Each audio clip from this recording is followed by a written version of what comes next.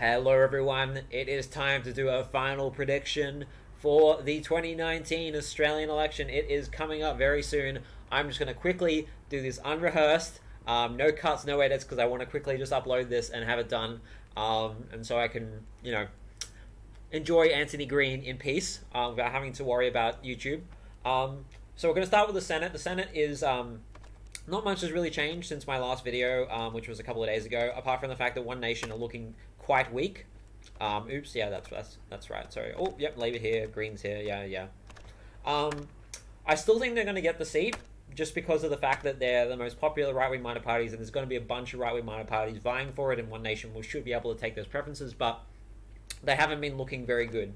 And so the UAP has actually polled better than them recently. The news poll that came out, the one last night, had the UAP on, I think, 5% and One Nation on 3%.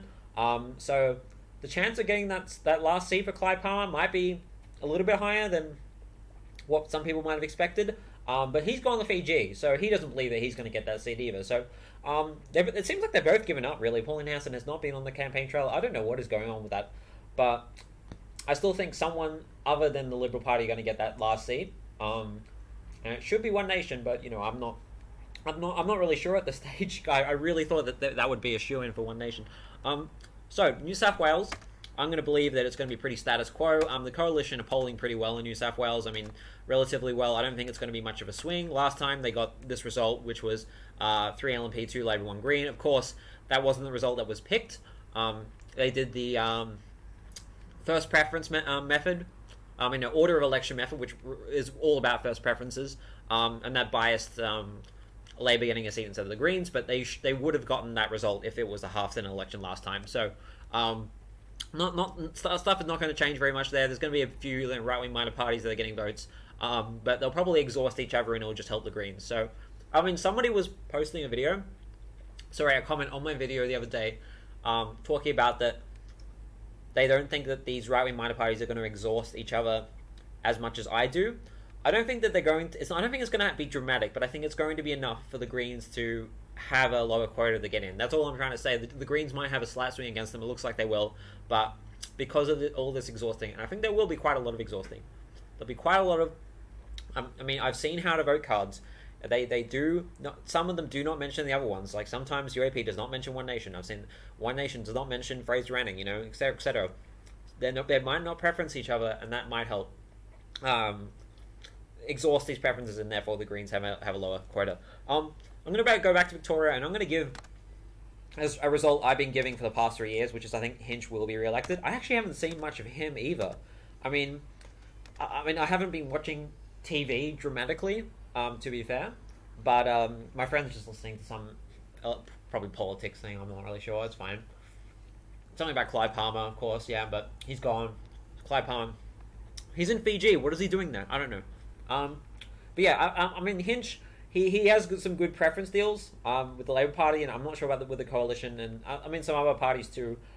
People want him to be re-elected, and I think that he did well in the Victorian election last year, so I think that he should be able to pull that off.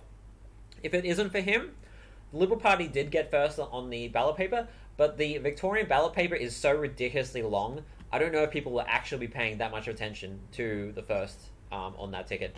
I don't know, maybe they will, but I don't see the Liberal Party getting a third seat there. I think the Labor Party getting a third seat is definitely probable, but for now I'm just going to put Hinch in there. I think he's most likely to get it. Very similar story in Tasmania. I believe that Jackie Lambie will get that seat. She's done pretty well. She's focused a lot of effort in just getting that seat. I don't think she's even running candidates in any other seat in the state. I'm not sure about that, but definitely not. I don't think she's definitely not running in the Senate for any other state. She's just trying to keep a pretty focused campaign to get herself re-elected, and I think it will work. I think she's done enough to still be in the eyes of mainstream media. There's Craig Garland there as well. I think he'll do alright, but I don't think he's gonna affect her. And also there was a poll or something about how One Nation was going to get 9.5% in Tasmania. That's absolute bullshit. One Nation is going to get 2%. I'm sorry. They got it's 2%. It's 3% nationally. How are they going to get 9.5% in Tasmania? They're not that popular in Tasmania. I don't think Clive Palmer is going to change stuff either, and I think that it's going to reduce quota once again and help Jackie Lambie, who will probably get something like 7%. ACT, really don't know how this one was going to go. I mean, there has, in the last week or two, I think there has been a pretty anti-coalition kind of vibe going, especially there was an exit poll just released by Galaxy, 52-48 to Labour. You know, this spoiler, I think Labour's going to win. I'm going to give that to the Greens. I think they can do it. I think they can pull it off. I think it is time. I think it definitely is time. They got a on-the-nose coalition government to be up against, and Zed is not very popular. ACT, similar story. South Australia, Centre Alliance hasn't been doing very well lately. I will say that, but I still think they can probably get that seat. I just don't think there's anyone else that can really catch them. I don't think Coalition is going to get 3. I don't think Labor's going to have enough votes to get 3. If it isn't Centre Alliance, it probably will be 3 for Labor. Saying that, there has been a swing against Labor, so I don't know. I don't think there's going to be 3 Coalition. I really don't know. I think it's probably just going to be Centre Alliance. I just don't see anyone else coming in and doing very well. Maybe United Australia Party is going to get a surprise seat in South Australia, but this is the state I live in. I still don't fucking know what's going to happen there. WA, last but not least, pretty standard. As for that last seat, One Nation is first on the ballot paper, but I'm not sure if it will help them that much. As I said, they're not doing very well. I think Palmer definitely has an outside chance at WA. Other than that, I think it's just going to go to the coalition. But I'm going to give it to Palmer. I'm trying to be generous here. So we have Labour on 27. We have the Greens on 10. One Nation 2. Centre Alliance 3. This will be pretty good for the Labour Party, to be honest. Like, if you look at this. So, will they need the Greens pass any legislation? 29, 32, 33, 34, 35, 36. They will, unless it's with the coalition, of course. But saying that, they have a lot of different alternative methods they can use with the Greens. So they got One Nation, they got Centre Alliance, they got Hinch and Lambie, and Palmer, and Oscon as well. So they have a lot of options. I mean, they do need the Greens. I don't think they're going to bother going to a double dissolution, even though it may be better if they did. I don't think they will. It's just too much of a risk. Maybe they'll go for a half Senate election. They could do that. They can beat Gough Whitlam. I just don't think it's going to be that problematic for them. They survived in 2010 where they absolutely needed the Greens. I mean, well, of course they survived. I mean, they only needed the Greens. I mean, but yeah, so the Greens have a lot of power now, but I hope that they use it more wisely than they did back in 2010 when they basically used their power and basically blackmailed Labour. Okay, time to talk about the House. I have substantially, my opinions here are substantially less educated than the Senate, mainly because the Senate is just a way easier to predict. How this is going to go, this has changed so much in my point of mind, the House of Representatives, in the last 2 weeks alone. So I was feeling pretty optimistic about Labour at the start of the campaign. I think I predicted they would get something like 82 seats. Then I think last week I said 80, and then when it was like in the middle of this week, or maybe a bit later, might have been even like Thursday night, Friday night, something like that, I was like, okay, Saturday is Saturday, yeah. I was thinking maybe they'll only barely scrape majority. Now, exit poll, 52-48, Labour, I think you're going to do pretty well. I think you're going to do very well. So, Queensland, we have Dixon. This will go to Labour. It is the end of Peter Dutton.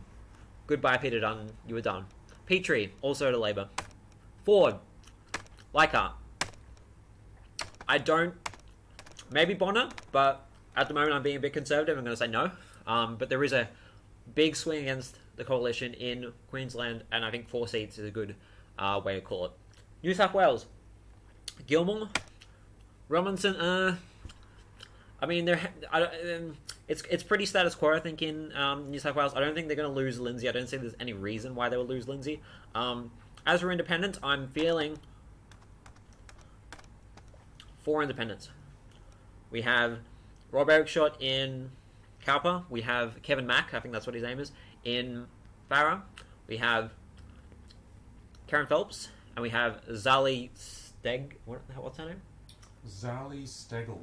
Zali Stegel. I think they'll all win. They're all going to win. People in New South Wales might not want to vote for Labour, but they would love to vote for a high-profile independent, and I think they're all going to win their seats. I was a bit unsure about Karen Phelps, but I don't see any reason why she would lose it, to be honest. You know, like there is a mood of a change, and she is part of that movement. You know, it's a way for them to vote for someone that isn't Labour, but still get what they want. So I don't see any reason for that to change. Okay, Victoria. Not as much of a big swing as there is in Queensland. I don't think that they're going to win seats like Kooyong or anything. I mean, the Greens, I would give it to them just to give Green something, but I think sure seats are Corangamite, Dunkley, which is already a swing against them. Anyway, well, not swing, the redistribution. You know what I mean. Well, there are ones. I have a notepad here. Chisholm and Latrobe, and probably not Casey. I don't think Casey. I think they'll. I don't know. I'm kind of on the fence about Casey. But yeah, so the Greens maybe 2. Maybe they'll get Kooyong, and then Indi I think will stay with an independent. This is being a little bit conservative for the Labour Party, but I'm giving the Greens Kooyong. But yeah, I definitely think they could do a bit better. It really just depends if there's a blowout like there was in the Victorian election or not. It could be much more severe if there is that blowout. So. Last, I have to talk about, apart from I talk about some of the coalition's chances and some things, is Swan and Hasluck in WA. No change in South Australia, no change in ACT, no change in Northern Territory, no change in Tasmania. So, the coalition is looking to take back a couple of seats. Their eyes on the prize are Lindsay, and I think the polls actually, they just closed. Didn't they just close? Yeah. Lindsay, Herbert, and Braddon are their most... I don't think it's going to happen. I don't see any... Herbert, maybe, but there was a poll released the other day, and these polls were very conservative for the coalition, like, in their favour, probably biased towards them, and I had them 50-50.